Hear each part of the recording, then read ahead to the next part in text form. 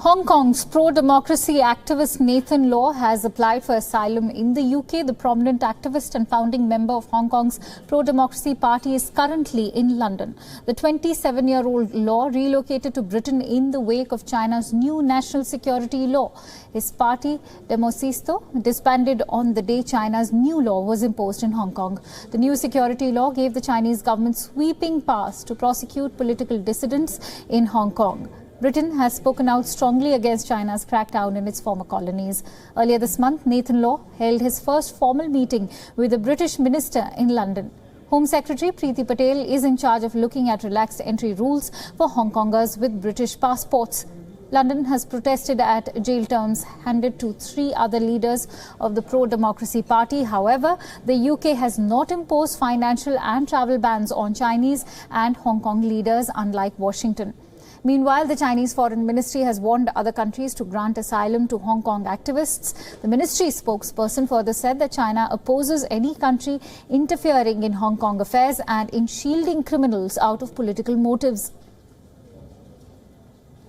The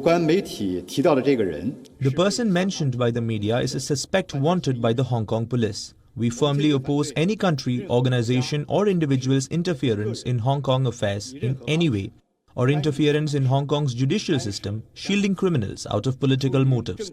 No matter how the anti-China Hong Kong disruptors plead for foreign asylum, they will only meet one end, and that is total failure.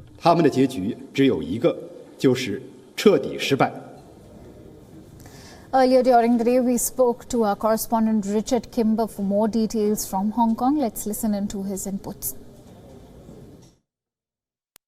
That seems to be the case. We've had just in the last month one of the most high-profile opposition lawmakers here, Ted Hui, also seeking what he called self-exile in the UK after leaving without any warning for his fellow opposition colleagues in the legislature. This is really becoming a trend, and it almost was started really by Nathan Law, the 27-year-old who left just before this national security law came into being. His expectation at that time was that he would be targeted by the law, and so he left before it even came into being in the beginning of July. Many other activists have obviously experienced the last 6 months in Hong Kong, have been arrested, have been challenged by the authorities, and have then found themselves either feeling that they have to flee or indeed have ended up in court. So he really kick-started this process, and we've seen a series of high-profile activists follow in his footsteps, and those that have not left, many of them have ended up in court.